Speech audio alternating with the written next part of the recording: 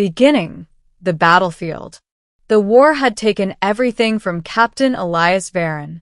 Smoke and fire choked the horizon, and the once fertile plains of Korrath Prime had been reduced to jagged craters and scorched earth. Human forces had been pushed to the brink by an alien insurgency, and the fighting had become desperate, personal. Elias lay wounded in the wreckage of his armored skiff, a deep gash across his shoulder, his breath shallow. Blood seeped into the dirt beneath him. The sound of distant explosions reverberated through the valley, a reminder that the battle would not wait for him to die. Then he saw her. She appeared from the mist like a shadow and a shimmer at once. Her eyes glowed crimson, her skin pale with an ethereal luminescence, and her form moved with predatory grace. At first, Elias thought she was another enemy combatant, but the way she regarded him was not with aggression. It was curiosity, calculation, and something that felt dangerously like intent. "You shouldn't be here," Elias managed to rasp. His voice was hoarse, weak, but she ignored him. She knelt beside him, her gaze studying his wounds. "Foolish human," she said in a tone that was at once melodic and dangerous. "You bleed far too freely." "Stay back," he warned, fumbling for his sidearm, but exhaustion made his movements sluggish. The alien, this vampire-like woman, leaned closer, her presence suffocating yet mesmerizing. Then, before he could react, she bit into his neck. Pain seared through him, followed by an intoxicating warmth. He tried to pull away, but her grip was inhumanly strong. She whispered words he didn't understand, and then he felt it, the darkness of death retreating, replaced by a strange vitality, a surge of power that coursed through his veins. Middle, transformation. Elias awoke not in the battlefield, but in a place that seemed both alien and familiar. The air shimmered with violet and silver, and strange crystals grew from the ground like jagged trees. The vampire alien, whose name he would soon learn was Seraphine, sat across from him, her crimson eyes fixed on him with an unreadable expression. "You are alive," she said, a trace of amusement in her voice. "And you should not be. Yet here you are. Alive." Elias croaked, feeling strength return to his limbs. His wounds had vanished, leaving only faint scars that pulsed faintly with warmth. "You drank my blood," Seraphine explained, her voice smooth as liquid silk. "And in doing so, you accepted life beyond death. Mortality is no longer your burden." Elias struggled to comprehend. I'm immortal?" "Yes," she replied. "But immortality is not a gift. It is a responsibility. Pain, hunger, temptation, it will follow you. You are changed forever." Over the next few days, Seraphine taught him to harness the powers coursing through his veins. His senses sharpened beyond human limits.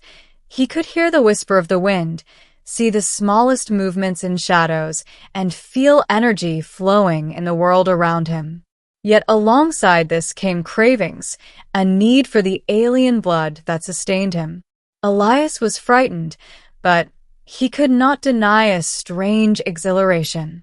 The battlefield had taken everything from him, friends, comrades, a life of normalcy, but now he had something no other human possessed: immortality, strength, and a connection to a species that defied imagination.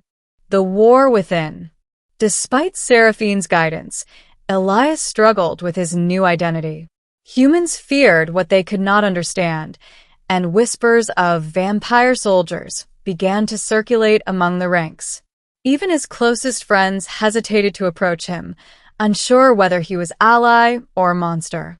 Seraphine, however, remained a constant presence. She revealed her people's history, an ancient lineage of vampire-like aliens who had once roamed galaxies freely, but were hunted to near extinction by hostile species.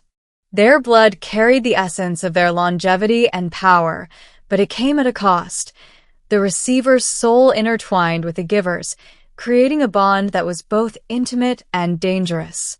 "You will feel me within you," Seraphine explained one night, her hand brushing against his. "Not just my blood, but my essence. Do not resist. It is part of what saved you." Elias shivered, understanding both the gift and the tether. He was no longer just a human soldier. He was part vampire, part alien, and something entirely new. The war he had fought on the battlefield now mirrored the war within himself: control, temptation, and identity. The hunt.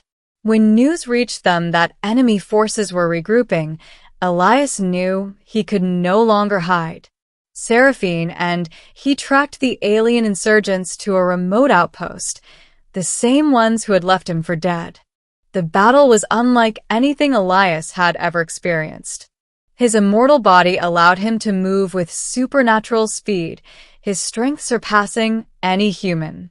He could anticipate attacks before they happened, evade bullets, and strike with precision that was both terrifying and elegant.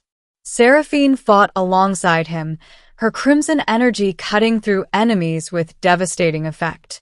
Together, they became a force of nature, human ingenuity and alien power fused into a perfect predator.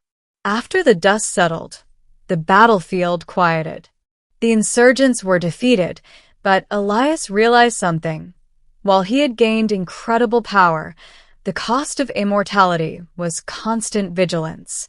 The cravings, the need for blood, and the bond with Seraphine were unending. Yet he would not have it any other way. And acceptance.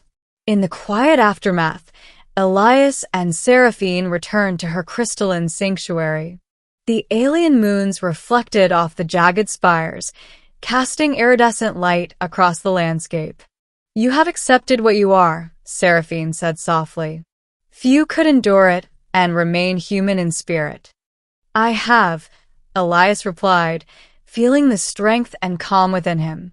"Because of you.